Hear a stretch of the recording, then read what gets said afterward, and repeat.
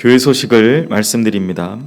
오늘 이찬호 선교사님께서 오전 예배 시에 말씀 증거해 주십니다.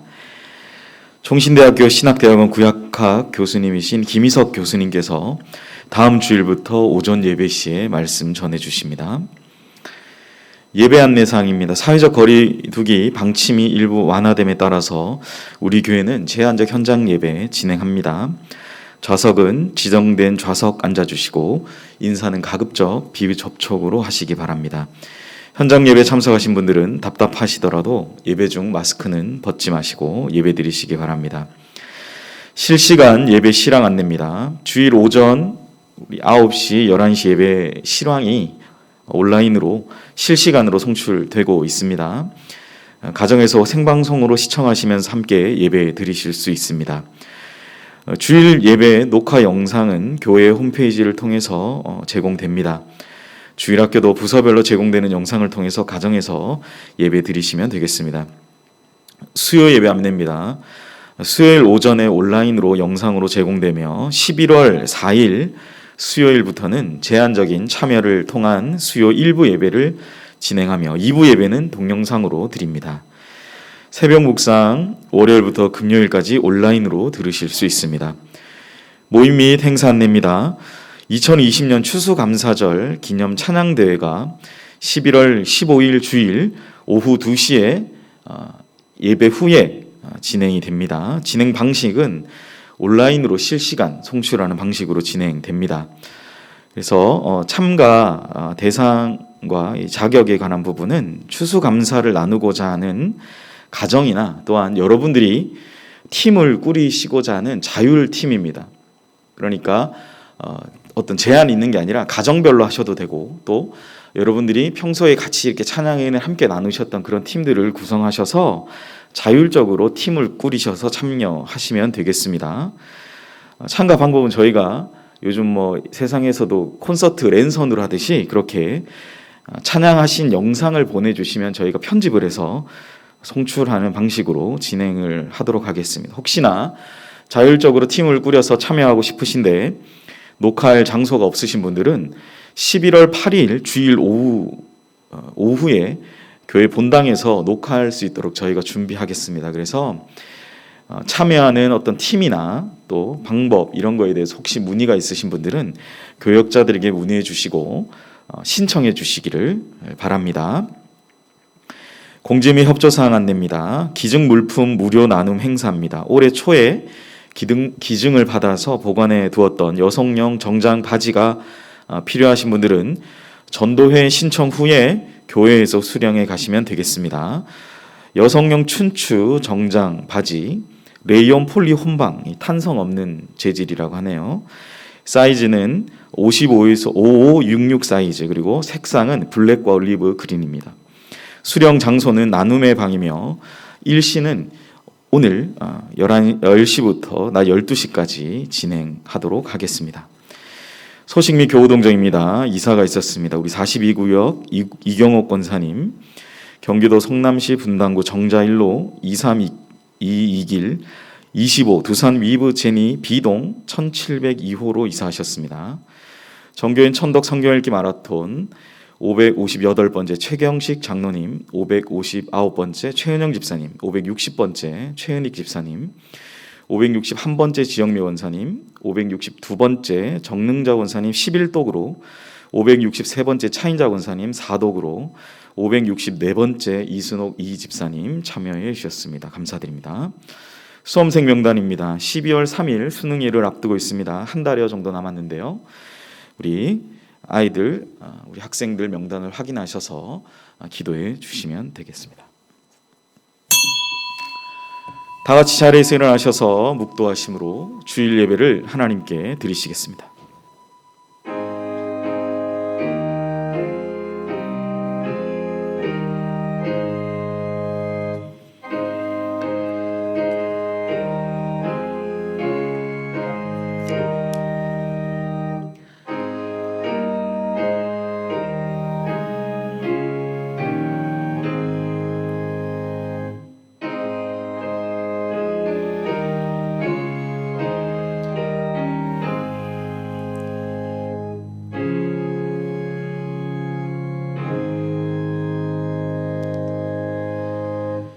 존귀와 영광을 받으시기에 합당하신 성삼위 하나님께 영광을 돌립니다. 오늘도 주의 말씀이 살아 운동력 있게 역사함을 깊이 느끼는 예배의 자리에서 하나님을 온전히 높여드리게 하여 주시옵소서. 주님을 예배함이 큰 기쁨이 되게 하셔서 복의 근원 되신 주님을 의지하며 살아가는 한 주간 되게 하소서. 우리의 부족한 죄와 허물들 주께 고백하며 회개하오니 용서하여 주시며 오늘 들려주시는 말씀으로 시작되는 한 주간도 힘있게 살아가게 하옵소서. 이 모든 말씀 예수님의 이름으로 기원하옵나이다. 아멘. 다 같이 신앙 고백하겠습니다.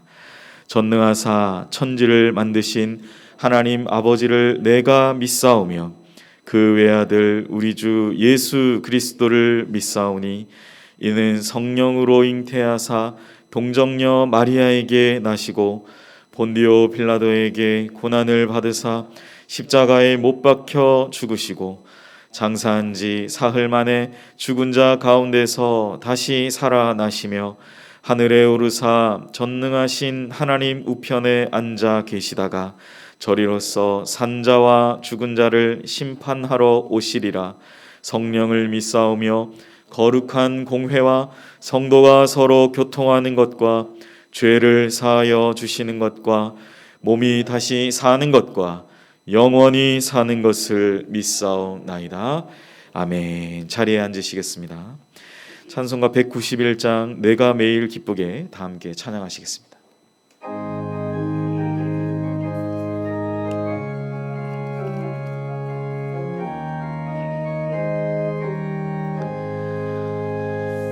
내가 매일 기쁘게 순례의 길 행함은 주의 팔이 나를 안보함이요. 내가 주의 큰 복을 받는 참된 비결은 주의 영이 함께함이라. 성령이 계시네 할렐루야 함께하시네. 좁은 길을 걸으며 밤낮 기뻐하는 것 주의 영이 함께함이라. 전에 죄에 빠져서 평안함이 없을 때 예수 십자가의 공로 힘입어 그 발 아래 엎드려 참된 평화 얻음은 주의 영이 함께함이라. 성령이 계시네 할렐루야 함께하시네. 좁은 길을 걸으며 밤낮 기뻐하는 것 주의 영이 함께함이라. 나와 동행하시고 모든 염려하시니 나는 숲의 새와 같이 이쁘다. 내가 기쁜 마음으로 주의 뜻을 행함은 주의 영이 함께함이라. 성령이 계시네 할렐루야 함께하시네. 좁은 길을 걸으며 밤낮 기뻐하는 것 주의 영이 함께함이라. 세상 모든 욕망과 너의 모든 정욕은 십자가에 이미 못을 박았네. 어두운 밤이 지나고 무거운 짐 벗으니 주의 영이 함께함이라.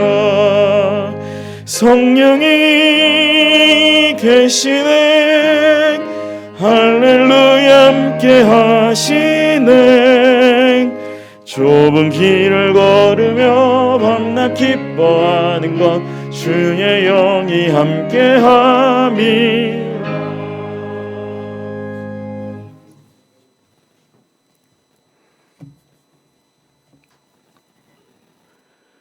우리가 죄인이나 우리를 사랑하사 우리의 부끄러움이 드러나게 하시고 새로운 출발점에 서게 하신 거룩하신 하나님께 감사와 찬송과 영광을 올려드립니다. 코로나와 그 영향으로 여러 어려움이 우리를 에워싸매도 주의 전과 각자의 처소에서 예배를 드리는 은혜로 인도하시니 감사드립니다.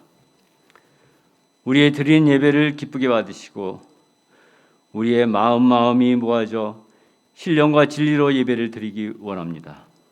하나님, 우리는 오늘 지난 한 주간 세상의 흐름을 따라 살던 모습 그대로 주님 앞에 나왔습니다. 그 모든 부끄러움을 주 앞에 벗고 진정으로 회개하기 원합니다. 우리의 어리석음과 죄를 용서하시고 순복함으로 말씀을 따라가는 축복의 길, 그리스도를 따라가는 십자가의 길로 인도해 주시옵소서. 드리는 예배를 통해 우리 마음속에 자리한 자기 의와 자기 공을 버리고 우리 믿음을 돌아보아 우리 안에 켜켜이 쌓인 주께서 원하시는 것을 가리고 있는 어리석은 자아를 비우는 은혜가 있기를 원합니다.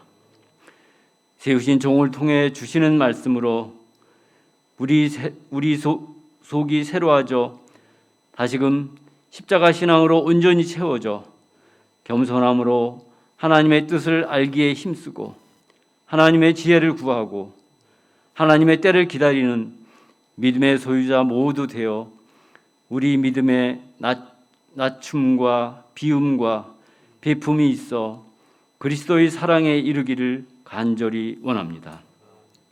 사랑의 하나님, 주의 축복으로 큰 복음의 역사가 임했던 이 나라, 부요함을 허락하셨던 이 나라, 그러나 지금은 은밀한 부끄러움이 끊이지 않는 이 나라, 우리가 알지 못하는 어둠의 일이 만연한 이 나라 대한민국을 불쌍히 여기사 회복시켜 주시기 원합니다.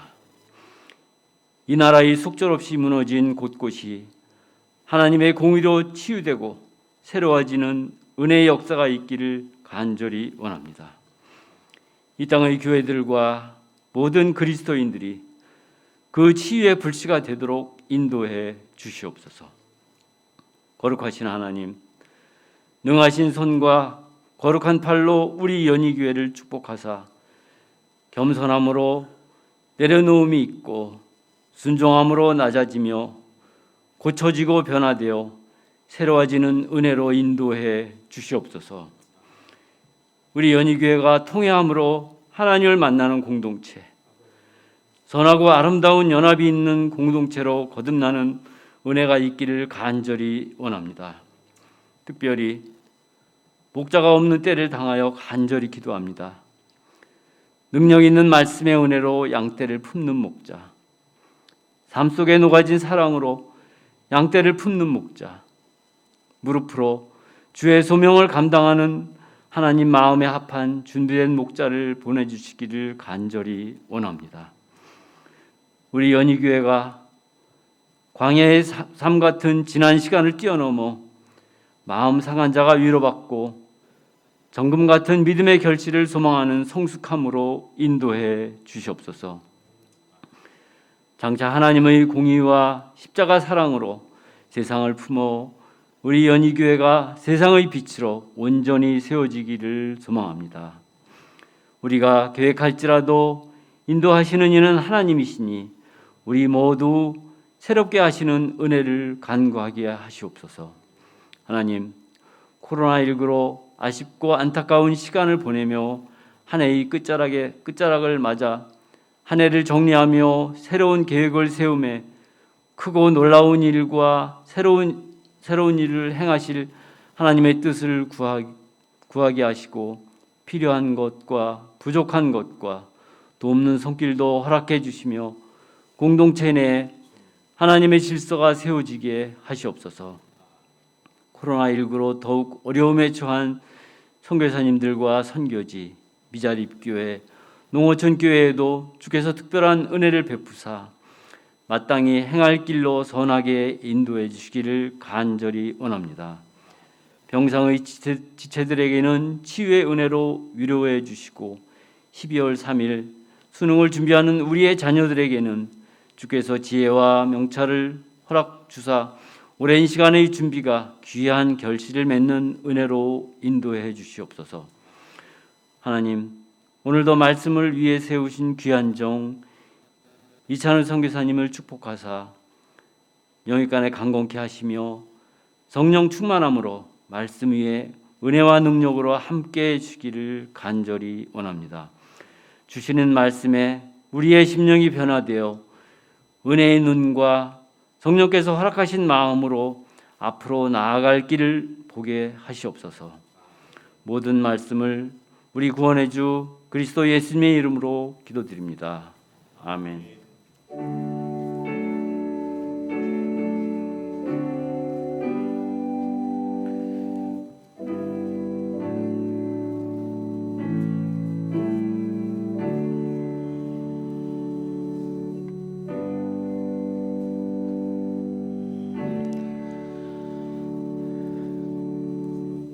오늘 우리에게 주시는 은혜의 말씀입니다. 다 같이 겸허한 마음으로 하나님의 말씀을 받겠습니다. 하나님의 말씀은 창세기 1장 2절 말씀과 요한계시록 2장 7절 말씀입니다. 구약 성경 1면 그리고 신약 성경 399면에 있습니다. 창세기 1장 2절 말씀, 요한계시록 2장 7절 말씀 제가 봉독하겠습니다. 땅이 혼돈하고 공허하며 흑암이 깊음 위에 있고 하나님의 영은 수면 위에 운행하시느니라. 요한계시록 2장 7절입니다. 귀 있는 자는 성령이 교회들에게 하시는 말씀을 들을지어다. 이기는 그에게는 내가 하나님의 낙원에 있는 생명나무의 열매를 주어 먹게 하리라.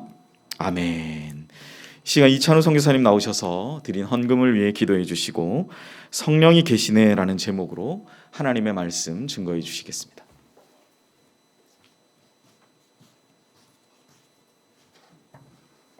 같이 기도하겠습니다.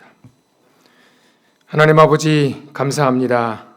지금도 살아계셔서 우리의 주가 되어 주시고 우리의 왕이 되어 주시고 우리의 삶의 일거수일투족을 눈동자처럼 지켜보시며 우리를 한없는 사랑으로 사랑하시는 주님의 은혜를 인하여 감사를 드립니다. 지난 한 주간도 주님의 은혜 가운데 행하게 하시고 일하게 하시고 살게 하시고 그 가운데서 우리 가운데 주신 귀한 것들로 마음의 정성을 모아 주 앞에 가져올 수 있도록 은총을 허락하셔서 감사합니다. 주님, 이제 저희가 가져온 이 작은 물질에 우리의 마음과 정성과 뜻을 다해서 주 앞에 드리오니 주님 받으시고 더 큰 것으로 갚아주시며 아버지 이 귀한 물질이 쓰이는 곳곳마다 주님의 이름만 영광이 드러나는 놀라운 축복의 통로로 사용해 주시옵소서. 드린 손길 한 분 한 분 주님 한없는 은혜로 더 큰 복으로 채워 주옵소서. 감사와 찬양을 드리고 예수님 이름으로 기도 올리옵나이다. 아멘.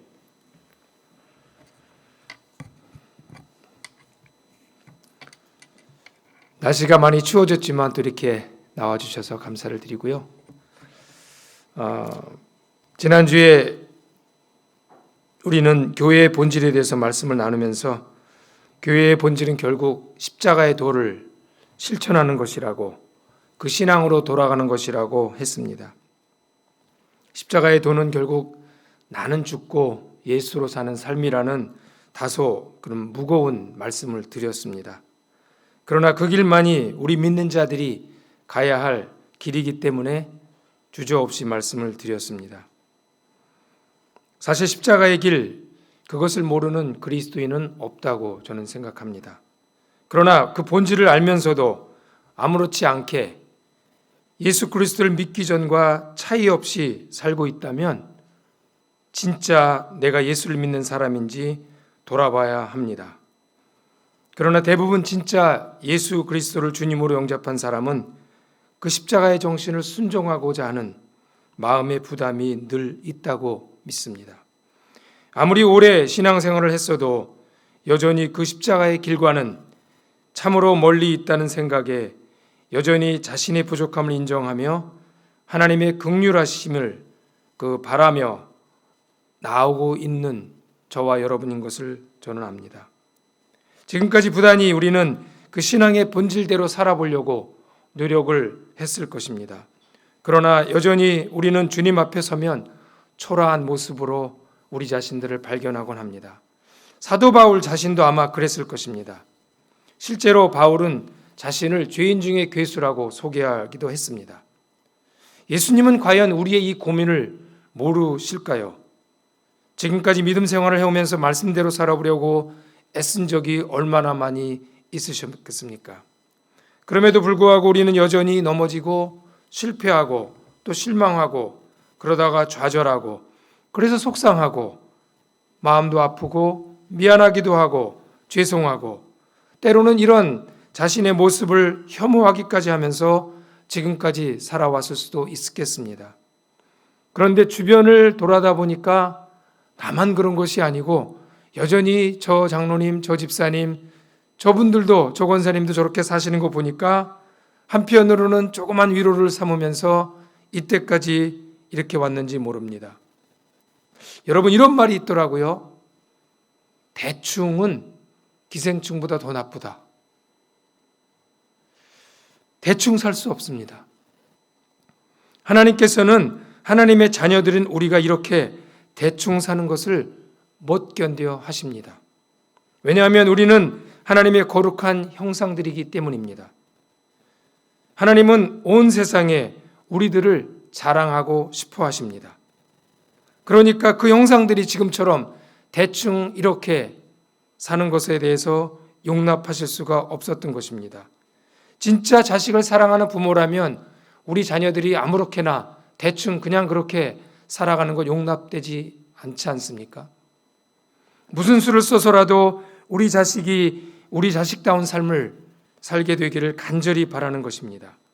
그래서 하나님은 우리를 그냥 그렇게 아무렇게나 살게 내버려 두지 않으셨습니다. 이것이 복음입니다. 그래서 복음입니다. 욥을 자랑하신 하나님 기억하시죠?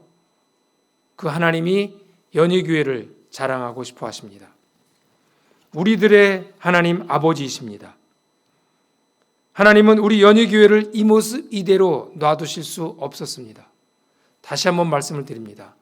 하나님은 연희교회를 이 모습 이대로 그냥 놔두실 수 없습니다. 예배 전에 우리 반주자 찬송을 들어보면서 이런 찬송을 연주하더라고요. 내 모습 이대로 주 받아 주소서. 찬송과 가사와는 조금 다른 제가 논지를 피고 있기 때문에 조금 오해하실 수 있을 것 같아요. 오해가 없었으면 좋겠습니다. 이 찬송가는 주님의 도움을 받고자 주님 앞에 나아가며 부르는 찬송가이지만 그냥 이 모습 이대로가 주님 원하시는 상태라면 굳이 주님 앞에 나올 필요가 없었잖아요. 그러니까 그 찬송가는 그런 의미로 부르는 건 아닙니다. 우리는 사실 이 현재의 모습이 아닌 다른 모습을 기대하고 있습니다. 지금보다 더 나은 모습, 훨씬 더 나은 모습을 하나님은 원하십니다. 진짜 신자가 된 우리들이 또한 원하는 모습이기도 합니다. 예수 그리스도를 주님으로 믿고 따르는 우리가 하나님을 믿으면 믿을수록 성경을 알면 알수록 여전히 부족하고 힘들고 어려운 날들을 살고 있다는 것 예수님께서 잘 압니다. 저를 돌아다 보면 저도 여전히 그런 사람입니다. 그럼에도 불구하고 우리는 이 현실에서 도망칠 수 없는 사람들이 되었다는 것입니다. 이것이 우리의 부르심입니다. 하나님의 자녀로서의 부르심입니다. 그 언젠가 우리가 예수 그리스도를 주로 영접한 이후로 우리는 그분께 붙들림 바 되어서 이 현실 가운데서 이렇게 살고 있는 것입니다. 하나님의 자녀로서의 삶을 살아내야 하는 운명이 되었다는 것입니다. 하나님께서는 우리를 아무 목적 없이 이 세상에 보내셔서 죽도록 고생하게 하시는 것이 아닙니다. 물론 현실적으로는 꼭 그런 것처럼 보이기도 합니다. 예수 믿었는데 오히려 안 믿었을 때보다 더 못한 삶을 사는 것처럼 보일 때가 얼마나 많은지 모릅니다. 그러나 사랑하는 성도 여러분, 기쁜 소식이 하나 있습니다. 하나님께서는 이 세상에서 우리들의 현실, 안타까움이 가득한 이 실제에서 하나님의 뜻을 이루기 위해서 한 분을 예비하셨거든요.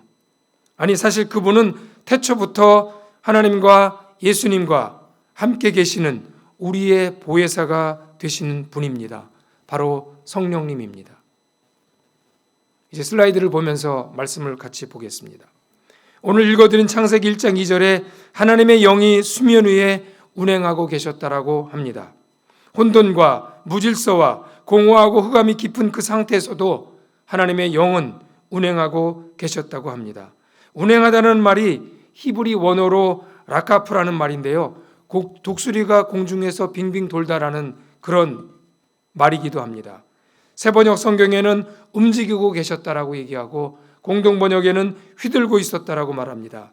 여러분, 독수리가 왜 공중에서 빙빙 돌고 있는 줄 아십니까? 아무것도 할 게 없어서 그저 무료해서가 아닙니다. 분명한 목적을 가지고 그렇게 공중을 수없이 돌고 있는 것입니다. 하나님의 영이 수면 위에 운행하신 것도 분명한 목적을 가지고 그렇게 하신 것입니다. 하나님의 영은 하나님의 창조의 동역자이시며 그 창조 세계가 온전히 유지되도록 하는 목적을 갖고 수면 위에 운행하고 계셨던 것입니다. 확실하게 말씀드릴 수 있는 것은 그 하나님의 신 성령께서 태초에 함께 하셨던 것처럼 지금도 저와 여러분 가운데 함께하고 계시다는 것입니다. 안타깝게도 성령님에 대하여 많은 오해가 우리 교회 가운데 있었습니다. 우리 연희교회가 아니고 한국교회를 말씀드리는 것입니다. 이제 그 오해를 바로잡아야 합니다. 그 성령은 단순한 힘이 아닙니다. 어떤 권능이 아닙니다. 한때 토론토 블레싱이니 펜사콜라 무브먼트니 하는 이상하게 성령의 나타나심을 오해하게 만드는 일들이 많이 있었습니다. 기도했더니 이빨이 금리빨로 바뀌었다는 등 여러 가지 일들이 우리 교회를 혼란케 하기도 했었습니다. 현상을 쫓아다니는 사람들이 아주 많이 있었습니다. 그러나 성령은 현상이 아닙니다. 성령은 하나님이십니다. 삼위의 한 분이 되시는 하나님이십니다. 하나님처럼, 예수님처럼, 그래서 그분은 기뻐하시기도 하고 슬퍼하시기도 하고 의지도 있으시고 지각도 있으신 인격체이십니다. 즉 성령께서 이러한 지식과 정의와 의지를 가지고 계시다는 의미입니다. 단순히 영향력이나 어떤 강력한 기, 어떤 에너지, 그런 것들이 아닌 것입니다. 지정의를 가지신 성령님이 역시 지정의를 갖고 있는 우리 성도들의 삶 속에 깊이 관여하고 계시다는 것입니다. 왜요? 그냥 내버려둘 수 없었기 때문입니다. 이것이 복음입니다. 그런데 타락한 후에 인간은 하나님의 뜻을 행할 수 있는 능력을 상실했습니다. 또한 안다 할지라도 그 뜻을 행할 수 있는 능력이 없는 사람이 되었습니다. 예수 그리스도를 영접한 후에 우리는 이제 하나님의 뜻을 조금 알 수 있는 사람이 되었지만 그 뜻을 수행할 영적인 근육은 여전히 미약한 가운데 있는 사람들입니다. 그래서 여전히 옛사람의 오래된 습관으로 따라서 사는 사람들입니다. 익숙하게요. 누가 가르쳐주지 않아도 우리는 여전히 옛사람의 모습을 갖고 있는 것입니다. 주님이 그것을 너무 잘 압니다. 우리의 체질을 너무 잘 아십니다. 사도 바울 자신도 우리들처럼 그러한 좌절을 겪었습니다. 그러나 주님은 우리를 그 부족한 사람 그대로 두지 않기로 결정하셨다는 것입니다. 이것이 복음입니다. 사도 바울이 고백하는 바 로마서 7장 18절 19절에 보면 내 속 곧 내 육신에 선한 것이 거하지 않은 줄을 아노니 원함은 내게 있으나 선을 행하는 것은 없노라. 내가 원하는 바 선은 행하지 아니하고 도리어 원하지 않은 바 악을 행하는도다라고 탄식하고 있습니다. 계속해서 바울은 로마서 7장 22절에 내 속사람으로는 하나님의 법을 즐거워하되 내 지체 속에서 다른 한 법이 내 마음의 법과 싸워 내 지체 속에 있는 죄의 법으로 나를 사로잡아오는 것을 보는도다라고 탄식합니다. 그러면서 오호라 나는 곤고한 사람이로다. 이 사망의 몸에서 누가 나를 건져내려라고 탄식합니다. 여러분의 탄식도 이런 것 아니었겠습니까? 얼마나 많이 우리가 하나님의 뜻을 알면서도 행할 수 없는 그 이유로 얼마나 많이 아프고 괴롭고 그랬겠습니까? 이것을 깨닫까지 사도 바울은 얼마나 많은 세월을 보냈는지 모르겠습니다. 어쩌면 14년이 넘었는지도 모릅니다. 어떻든 오랜 세월 후에 사도 바울은 한 가지 비밀을 알게 되었습니다. 그 비밀은 예수 그리스도 안에 있는 생명의 성령의 법이라고, 그 법이 죄와 사망의 법에서 너를 해방하였다라고 합니다. 예수 그리스도 안에 있는 자 결코 정죄함이 없다라는 이 비밀을 알게 되었습니다. 더 이상 육신을 따르지 않고 성령을 따라 행하는 사람이 되었다는 것입니다. 그런 사람에게는 정죄가 없다는 것을 깨달았다는 것입니다. 정죄는 마지막 심판 때에 받게 될 어떤 그런 심판이 아닙니다. 오히려 지금 이 세상에 살면서 그러나 여전히 하나님의 뜻대로 살 수 없는, 살아내지 못하는 이 안타까움을 가지고 그때 사탄은 네 꼬라지를 봐라라고 하는 그것이 바로 정죄였던 것입니다. 죄책감과 정죄감은 주님께 속한 것이 아니고요. 그것은 사단이 주는 것입니다. 그러나 찔림과 책망은 주님께 속한 것입니다. 죄책감과 정죄감은 우리에게 아무 유익이 없고 그것은 좌절과 의심과 낙심과 그리고 다른 죄의 통로가 될 뿐입니다. 그러나 찔림과 책망은 성령께서 주시는 것으로 말씀을 바탕으로 일어나는 것이며 이것은 성도들로 하여금 회개케 하는 것입니다. 회개함으로 새 마음과 변화와 소망을 불러일으키는 것입니다. 성령께서 우리에게 이런 찔림과 책망을 주시는데 그것이 바로 생명의 성령의 법인 것입니다. 여러분, 나환자들의 특징을 아시죠? 손발이 썩어 나가도 아무런 감각이 없다는 것입니다. 죄에 대한 감각이 없는 것이 바로 저주인 것입니다. 사망으로 이끄는 것입니다. 그러나 예수 그리스도 안에 있는 생명의 성령의 법이 우리를 감각 있는 자로 만들어 가시는 것입니다. 이것이 우리가 가지고 있는 특권입니다. 하나님 자녀로서의 특권입니다. 이 특권은 바로 내가 정죄당하지 않는다는 것입니다. 아무리 실수하고 아무리 잘못을 해도 정죄가 아닌 찔림과 책망이 있을 뿐인 것입니다. 왜냐하면 예수 그리스도 안에 있는 생명의 성령의 법 아래 우리는 살게 되었기 때문입니다. 죄와 사망으로 이끄는 육신의 법에서 해방되었다는 것이 복음입니다. 일제강점기를 사셨던 우리 어르신들은 이 말이 무슨 말씀인지 알 것 같습니다. 계속해서 사도 바울은 로마서 8장 이하에 그 말씀을 합니다. 5절 6절에 보면 육신을 따르는 자는 육신의 일을, 영을 따르는 자는 영의 일을 생각한다. 육신의 생각은 사망이고 영의 생각은 생명과 평안이다라고 선언하고 있습니다. 또 7절 8절에 보면 육신에 속한 생각은 하나님께 품은 적대감이라고 새 번역으로는 번역되어 있습니다. 그것은 하나님의 법을 따르지 않으며 복종할 수도 없다라고 얘기합니다. 그러면서 하나님의 성령을 또 이렇게 소개합니다. 8절 9절에 보니까 만일 너희 속에 하나님의 영이 거하시면 너희가 육신에 있지 아니하고 영에 있나니 누구든지 그리스도 영이 없으면 그리스도의 사람이 아니라. 성령입니다, 여러분.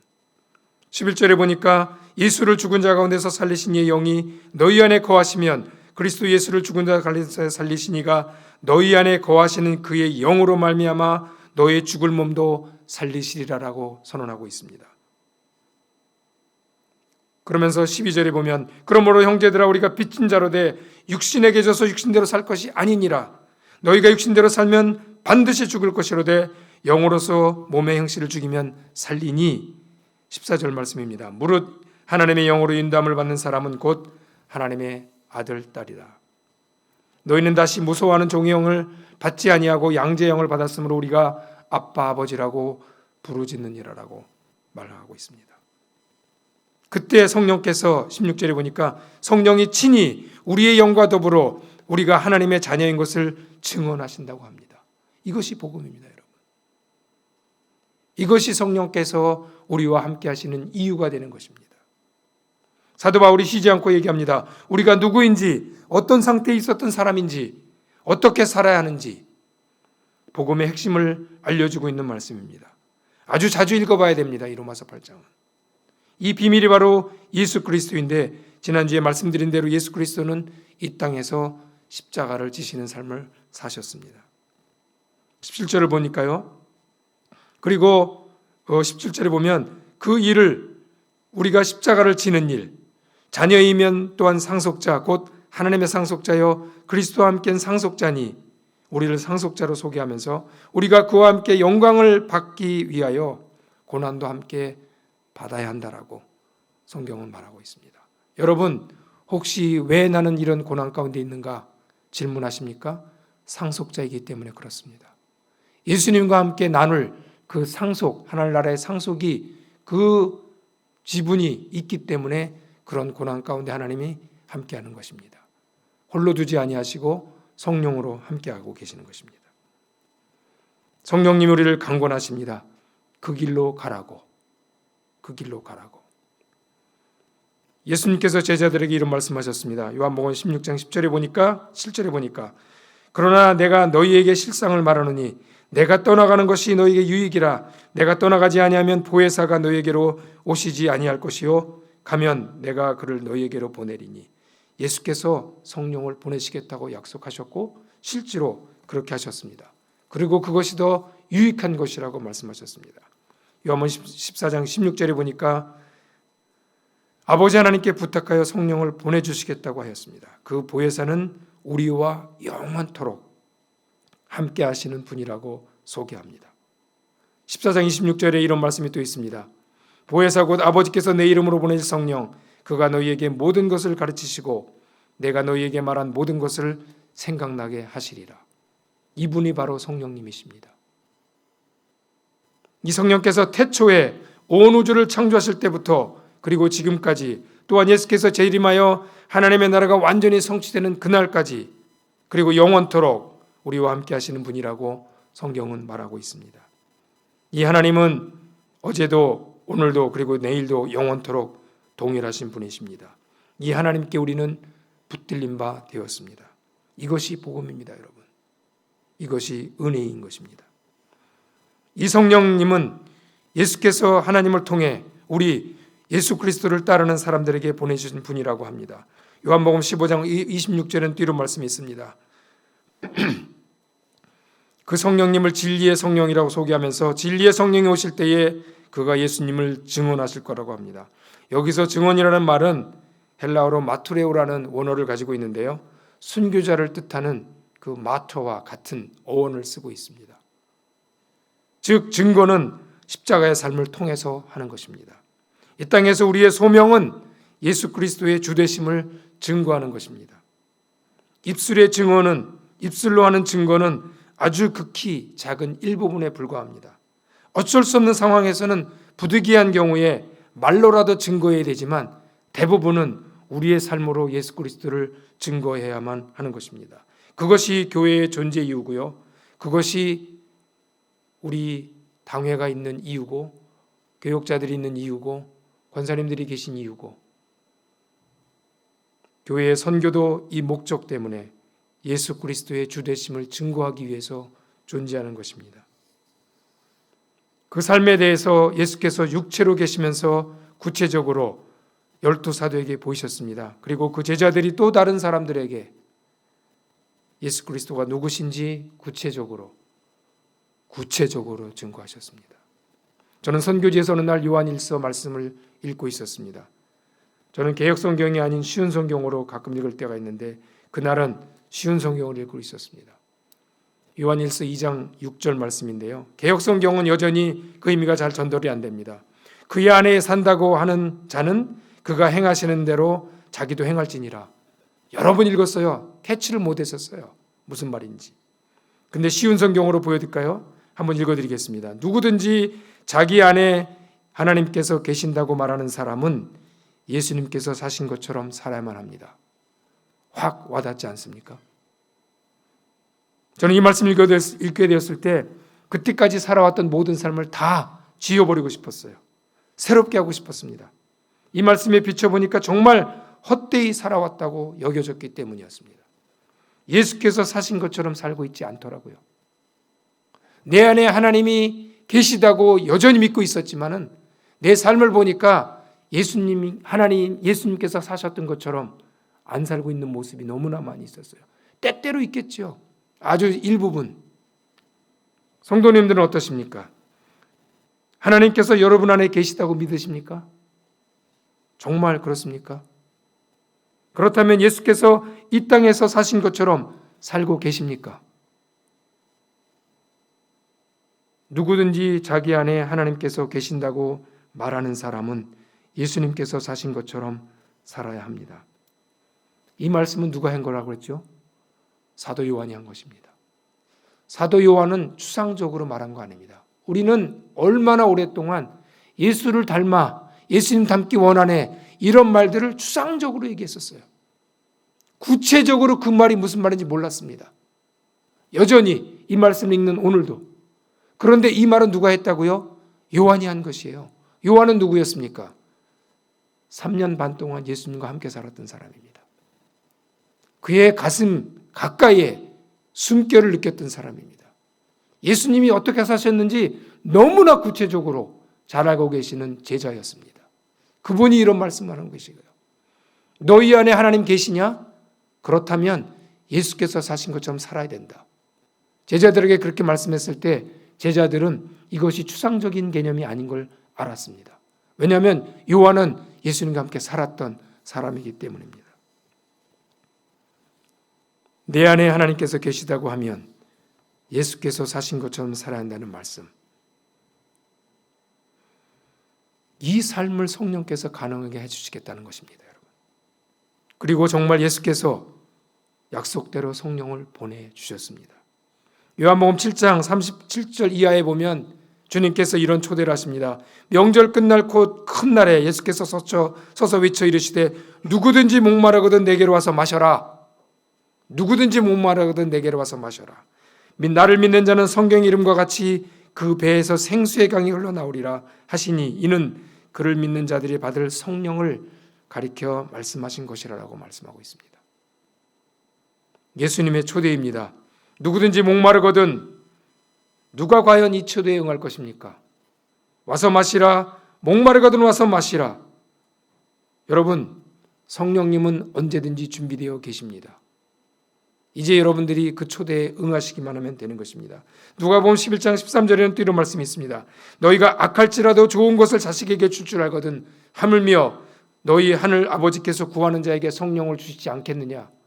여러분, 왜 성령 없는 것처럼 사십니까? 이렇게 약속하셨음에도 불구하고 주시겠다는데 여러분 성령을 구하셔야 됩니다. 매일 매 순간 그분을 초대하셔야 됩니다. 여러분 일할 때도, 친구를 만날 때도, 사업을 할 때도, 여행을 할 때도, TV에서 드라마를 보실 때도 성령을 초대하실 수 있어야 됩니다. 예수께서 부활하신 후에 12제자를 만나 승천하기 전까지 약 40일을 이 땅에 계시면서 이 땅에서의 마지막 사역을 하셨습니다. 그 사역은 뭐냐면 사도행전 1장 3절 5 이후에 나옵니다.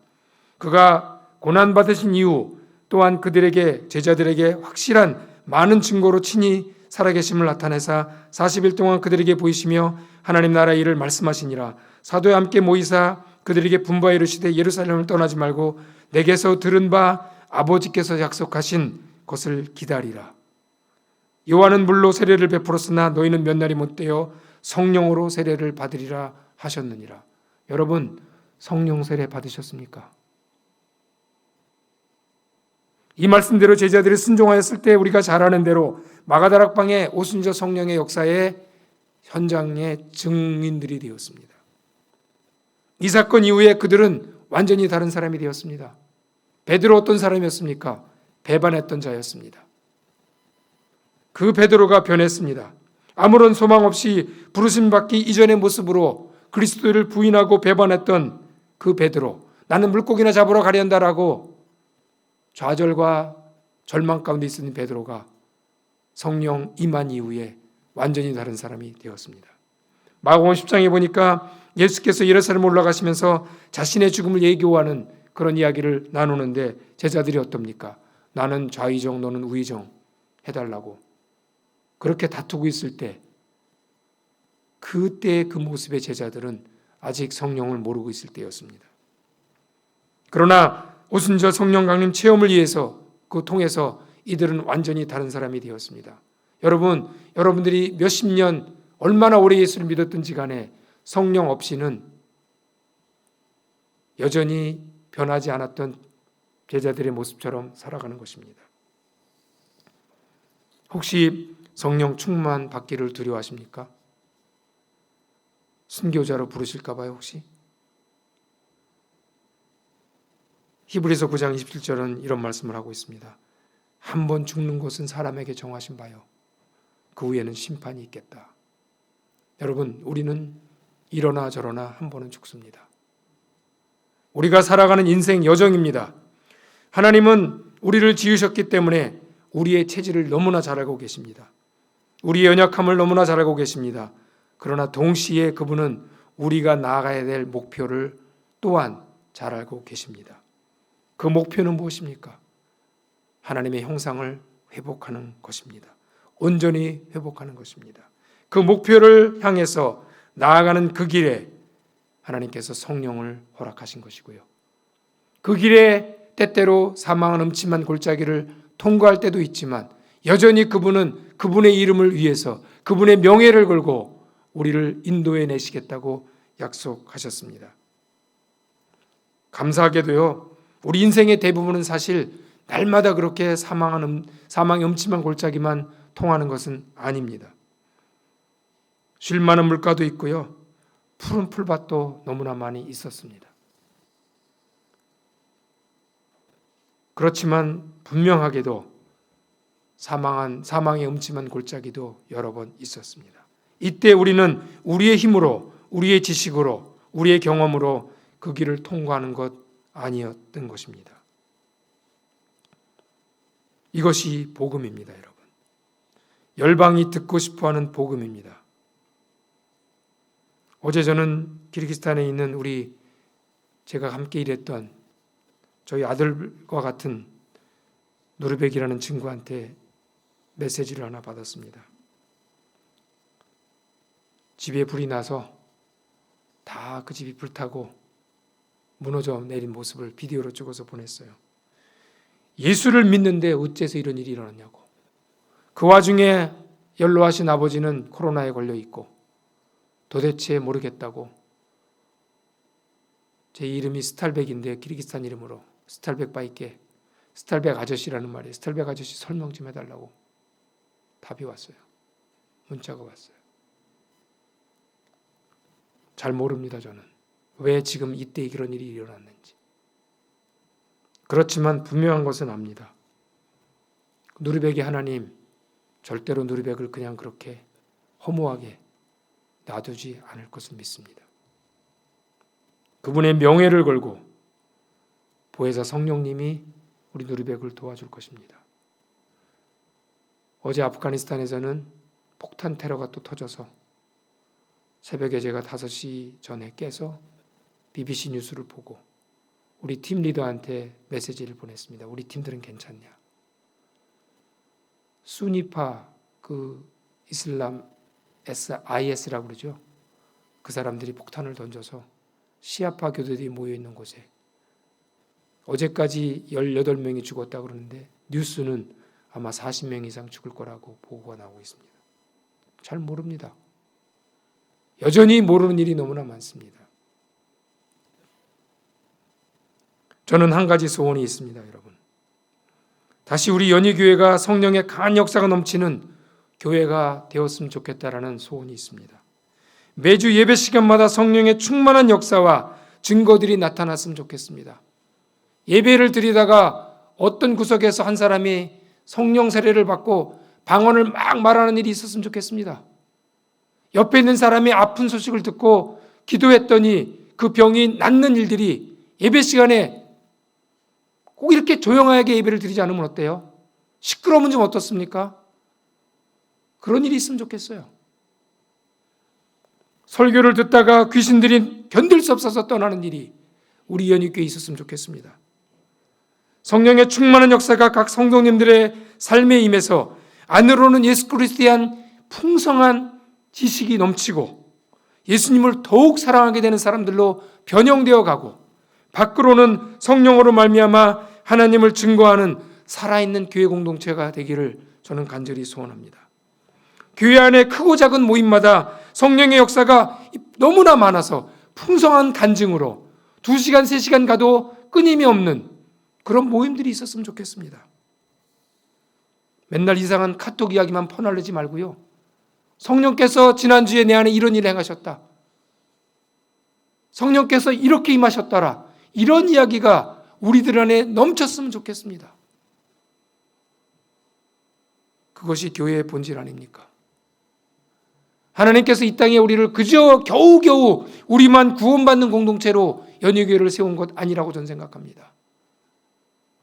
예수 그리스도에 대한 증거가 이 공동체를 통해서 왕성하게 일어나는 것이 우리가 오늘 있는 이유인 것입니다. 여러분, 우리 안에는 소망이 없습니다. 우리의 지식으로는 소망이 없습니다. 성령님이 오셔야만 됩니다. 그분은 준비하고 계시다니까요. 오늘 본문에 읽어드린 대로 성령께서 교회에 계신 말씀을 들을 때가 되었습니다. 정말 저는 기도합니다. 우리 연희교회 안에 하나님께서 원하셨던 그 성령의 역사가 마음껏 일어나면 좋겠습니다. 매 예배 시간마다 성령 세례를 받고 싶어하는 분들이 앞에 다 나와서 교역자들이, 장로님들이, 성령 세례 받은 분들이 그분들에게 안수하여, 마치 사도 바울이 안수할 때에 성령 세례가 임했던 것처럼 사도행전에 여러 번 그런 일이 나옵니다. 그런 성령의 역사가 우리 가운데 있었으면 좋겠습니다. 제가 대학교 다닐 때 한 모임에 다닐 때는 6시 반에 모임을 시작하는데 5시부터 모여서 명동에서 전도를 합니다. 그때 스님들도 옵니다. 전도받고, 스님 중에는 정말 진리가 알고 싶어하는 분들도 계시잖아요. 그분들 중복 입고 스님복 입고 예배에 와서 성령 세례 받는 거 보고 나도 성령 세례 받고 싶다고 같이 기도하면은요, 그런 일도 있었어요. 방언 받고 가요. 스님인데. 그 다음 주에 승복 벗고 평상복으로 여전히 머리는 짧은 채로 일주일 만에 머리 안 기르니까요. 예배를 드린 경우도 너무나 많이 있었습니다. 한 번은 강화도에 전도여행을 가다가 지금 서울여대 교수로 있는 친구하고 갑자기 이 친구가 그래요. 형, 나 말리지 마. 그랬더니 앞으로 툭 튀어나가더니 버스 운전서 옆에 양해를 구하더니 전도하기 시작했어요. 그런 일들이 우리 안에 있었습니다. 지금 당장 그렇게 하자는 건 아니고, 그렇게 생생하게 주님 사랑한다면, 주님이 정말 나를 구원하셨다면, 주님이 우리의 주가 되신다면 이런 일들이 좀 있었으면 좋겠습니다.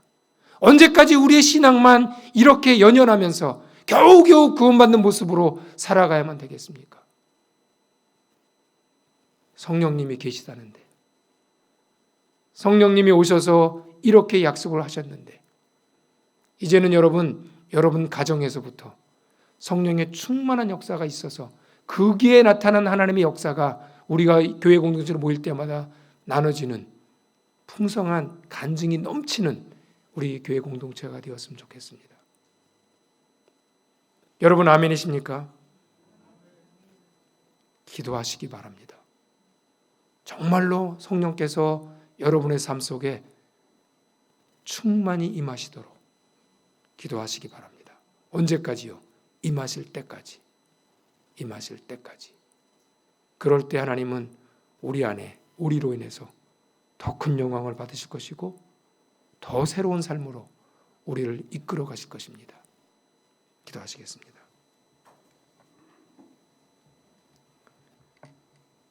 시간이 좀 있는 것 같죠? 우리 찬송가 191장 찬송을 다시 한번 들으시면서 마음으로 성령을 갈급하시면서 그 성령을 부르짖으면서 이 찬송을 부르시면 좋겠습니다. 같이 찬송할까요?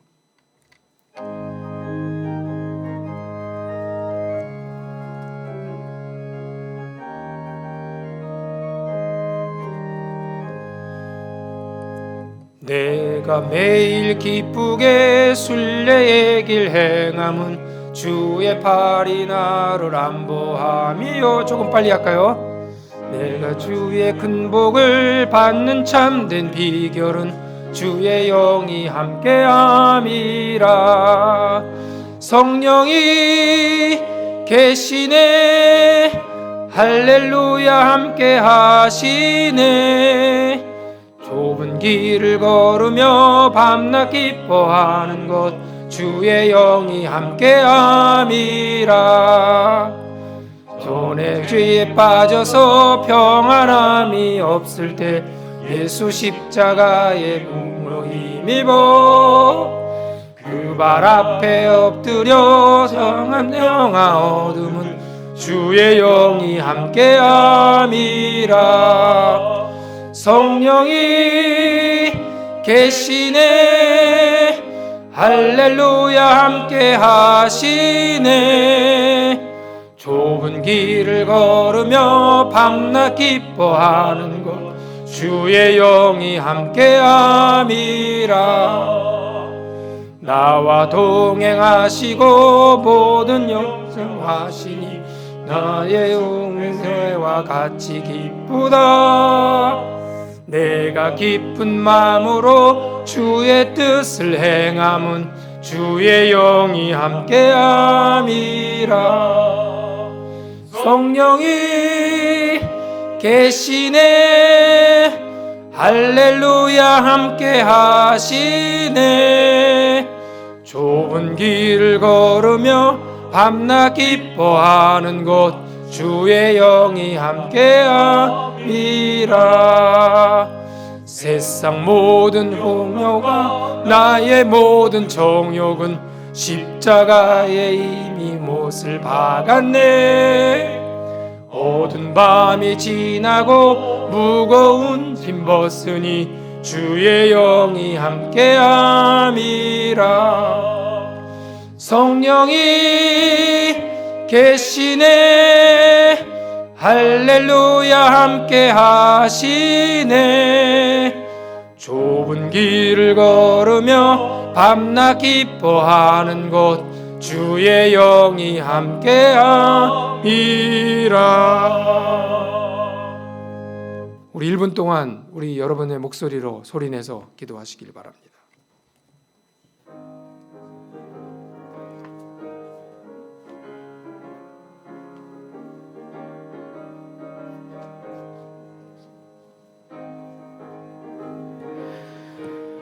사랑의 하나님 아버지, 오늘도 간절한 마음과 또 하나님 도와주시는 은혜를 붙잡고 성령의 오심과 성령 우리와 함께 하심을 깊이 느끼며 주님의 도우심을 구하며 나아가며 시작되는 한 주간 가운데서도 매일매일 주시는 그 은혜로 살아갈 수 있도록 주의 은혜를 부어주시옵소서. 오직 예수, 오직 성령 그 충만한 은혜의 역사 가운데 살아갈 수 있도록 우리 성도님들 붙잡아 주시고 우리 성도님들 가정을 하나님의 은혜로 함께하여 주시옵기를 원하오니 주여 도와주시옵소서. 주여 우리에게 힘 주시옵소서. 감당할 수 있는 하나님 그 은혜와 그 사랑으로 하나님 나아가게 하여 주시옵소서. 주님. 오직 주님께 우리의 모든 것들을 맡겨드립니다. 날마다 매일마다 하나님 그 시간마다 주시는 하나님의 은혜와 성령의 충만한 역사를 기대하며 고대하며 또 새롭게 시작되는 그 한 주간 가운데도 하나님의 성령이 우리 가운데 거하심을 깊이 느끼며 그분이 우리에게 거함을 충만하게 누리며 살아가는 우리 모든 주님의 성도들 되게 하여 주시옵소서. 이제는 주 예수 그리스도의 은혜와 하나님 아버지의 사랑과 성령의 위로교통 충만 역사하심이 오직 예수, 그 예수를 위하여 살기로 믿음으로 결단하며 나의 부족함 때문에 그저 그렇게 넘어져 있는 것이 아니라 다시 한번 일어나겠노라, 다시 한번 내가 성령의 충만함으로 세상 가운데 힘있게 나아가겠노라 믿음으로 결단하며 이 자리를 떠나가는 사랑하는 연익의 모든 성도들의 머리 위와 그들의 가정 위에 이제로부터 영원 무궁토록 함께 있을지어다. 아멘.